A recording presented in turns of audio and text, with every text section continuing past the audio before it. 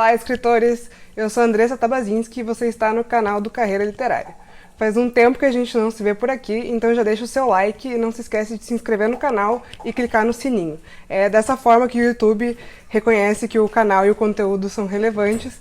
Eu sei que é estranho pedir like antes de assistir o vídeo, mas pode ficar sossegado que eu prometo que o vídeo tá muito bom. Confia em mim? Então roda a vinheta. Olha eu toda apresentadora falando roda a vinheta.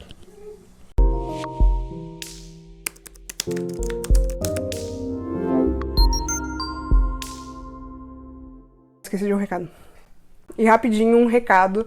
Essa sexta-feira, dia 6/9, né, Flávia? Estaremos na Bienal, a 1h no Café Literário, numa conversa com o Carlos Andreasa, editor executivo da editora Record.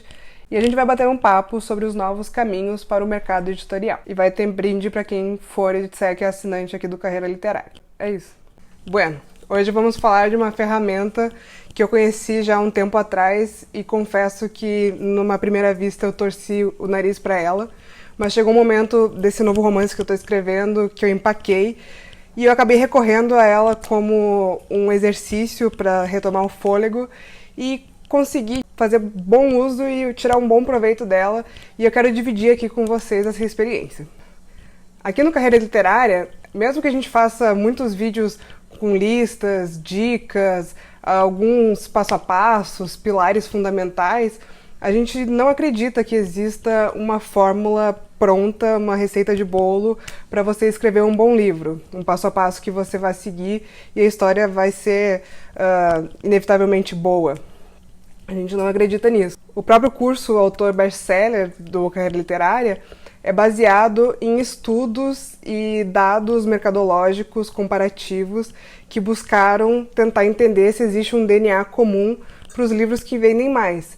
E de fato existem sim características que fazem com que um livro seja mais propenso a vender bastante.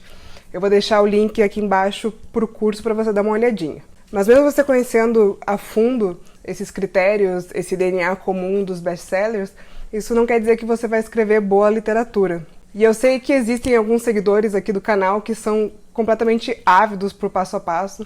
Eu lembro do hate que eu sofri em um vídeo que o título era Como Aperfeiçoar a Sua Escrita, e eu falava que para aperfeiçoar a sua escrita você tinha que ler os clássicos, principalmente os clássicos escritos na língua portuguesa, no original. No caso, era um vídeo onde eu falava sobre a minha experiência lendo Memórias Póstumas de Brás Cubas. E teve gente que se revoltou nos comentários, dizendo, tá, mas qual é o passo que eu tenho que fazer para aperfeiçoar a minha escrita? Vocês vão entender que eu não acredito nessa tese de fórmula pronta, de fórmula para escrever romances. Mas fato é que algumas pessoas acreditam que existe sim uma fórmula. Muita gente em Hollywood usa e abusa dessas ferramentas para criar seus roteiros. E talvez seja por isso que é difícil encontrar uma obra que tenha aquele frescor de originalidade. Muitas vezes a gente está vendo filmes novos e parece que são todos mais do mesmo. A ferramenta que eu vou trazer aqui para vocês hoje reitera essa ideia e contradiz bastante o que eu disse até agora. Será que eu vou morder minha língua fortemente? Eu vou apresentar o modelo Beat Sheet, criado por Blake Snyder. Ele apresenta essa ferramenta no livro Save the Cat. Ele criou um modelo para roteiros de longa-metragem divididos em 15 beats, sendo o beat uma cena significativa da narrativa e não necessariamente um ponto de virada. Ele não só elencou os 15 beats em ordem cronológica, como ele também estipulou em qual página a cena deveria acontecer, dentro de um formato de roteiro, obviamente. Tô colocando aqui rapidinho os 15 passos para vocês darem uma olhada, mas eu vou explicar com calma, da forma que eu acho que ela pode te ajudar como escritor de livros. Quando a gente escreve um livro, não contamos com os recursos audiovisuais e não temos câmeras. O que temos é um narrador que vai contar uma história. Você pode até ter uma ideia mirabolante na sua cabeça, pode pensar em narrativas paralelas, pode pensar em mais de um narrador, pode vir e voltar no tempo, contar uma história no formato de quebra-cabeça. Mas é muito interessante que você tenha um mapa linear e cronológico da trama principal do seu livro. E é nesse ponto que eu acredito que essa ferramenta pode te ajudar. E muito. Como eu fiz? Eu abri um arquivo Listei os 15 beats e fui preenchendo eles com as cenas do meu romance, que eu acredito que sejam característicos daquele beat. E não quer dizer que eu vou seguir aquilo de forma cronológica, e nem você precisa seguir, ou também não quer dizer que o seu livro terá obrigatoriamente os 15 beats. Mas eu pude vislumbrar muita coisa do meu projeto que estava emperrada depois que eu fiz esse mapa linear cronológico da história. Então, para o vídeo não ficar muito longo, abre logo o seu Word e se prepara para listar os 15 beats e vamos nessa. Primeiro beat, imagem de abertura. O Blake Snyder então vai definir a imagem de abertura com a primeira imagem vista que define o clima, tom e estilo da história. Uma Polaroid do problema do personagem principal antes que a história comece. Esse beat tem um espelho, o último beat, a imagem final, que em geral é o extremo oposto da imagem inicial. Bom, aqui temos o primeiro capítulo ou prólogo do livro. Nesse beat é ideal que você pense no seu protagonista e pense na cena que você vai apresentar ele. Essa questão do último beat ser o espelho do primeiro vai depender muito de qual final você vai querer para o seu livro. Mas, seguindo a lógica da jornada do herói clássica, o protagonista deve sofrer uma grande transformação com a história. E quanto mais diferente ele estiver do começo do livro, mais interessante. Ou não. Nelson Rodrigues está aí para provar que as coisas não são bem assim. Segundo beat, tema declarado. É o momento onde alguém, em geral não o próprio personagem, levantará uma pergunta ou fará uma afirmação que define a premissa temática. O segundo beat serve para você logo definir qual será a temática da sua história. Ela pode aparecer de forma bastante sutil, porque o protagonista pode ser totalmente ignorante a respeito do que ele vai enfrentar no livro, mas uma pista deve ser dada ao leitor. No livro que eu estou lendo atualmente, o Serotonina, do Michel Houellebecq, nas primeiras 2 páginas do livro, ele já nos apresenta o personagem e o conflito de forma muito direta. O protagonista é um homem de meia idade, depressivo, que enfrenta problemas com a sua virilidade. Claro que o livro trará vários outros tópicos e mostrará esse personagem em ação de diferentes formas, mas o tema central parece ser a virilidade, a potência desse protagonista. E nós já nos deparamos com isso nas primeiras páginas. Machado de Assis estava há mais de um século de conhecer o Blake Snyder, mas ele também não perdia tempo em apresentar o seu personagem e a sua temática logo de cara. Terceiro beat, a apresentação. A introdução do mundo e o personagem em geral ocupa as primeiras 10 a 12 páginas do roteiro, um equivalente ao mundo comum na jornada do herói. Apresenta a situação inicial, as falhas do protagonista e planta informações que serão trabalhadas ao longo do roteiro. Aqui você vai planejar as cenas que mostram quem o seu personagem é, o que ele faz, onde ele vive, como ele age, como que ele interage com os outros personagens que fazem parte do elenco da história. Você pode listar um montão de cenas. Uma cena que mostre uma falha de caráter, uma cena que mostre um aspecto positivo, uma cena que mostre alguma mania dele.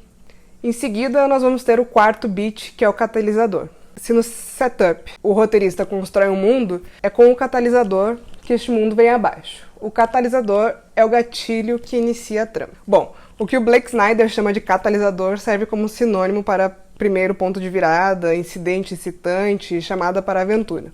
Essa é a cena que vai colocar a sua história no segundo ato. O protagonista e o mundo onde ele vive já foram apresentados, então bora para a jornada. Quinto beat, debate. O momento entre o catalisador e o fim do primeiro ato. É um intervalo necessário para que o protagonista reflita, duvide, pondere e decida efetivamente agir.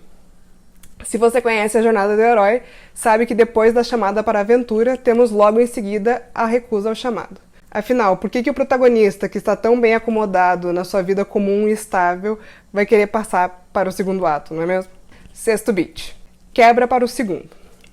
A quebra de ato é o momento onde nós deixamos o velho mundo, a tese para trás, e entramos em um mundo invertido, sua antítese. Mas como os dois mundos são tão distintos, o ato de efetivamente entrar no segundo ato deve ser definido. O que o Blake Snyder quer dizer com isso é: deixe bem claro para o leitor que a jornada começou, que agora o mundo já está diferente. Então a dica que eu posso te dar é: reveja as cenas que você listou para o terceiro beat e tente fazer cenas que se conectem com elas e mostrem como esse mundo está diferente. O sétimo beat, trama B ou trama paralela, começa uma trama secundária que será executada paralelamente à trama A, se entrelaçará com a trama principal ao longo do resto do filme. É um respiro da trama principal que pode trazer novos personagens e conflitos. O tema e a jornada interior do personagem tendem a ser explorados aqui. Geralmente é aqui que os relacionamentos entre os personagens são desenvolvidos. Assim, a trama B frequentemente é chamada de love story, mas não são exclusivamente relacionamentos amorosos. Pode ser um relacionamento entre pai e mãe, filhos, entre irmãos, entre o mentor e aprendiz. Ajuda a não deixar tão visivelmente demarcada a passagem para o segundo ato.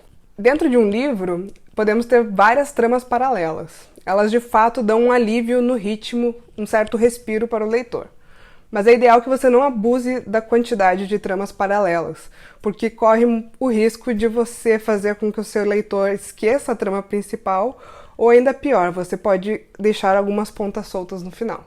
8º beat, diversão e jogos, ou fun and games.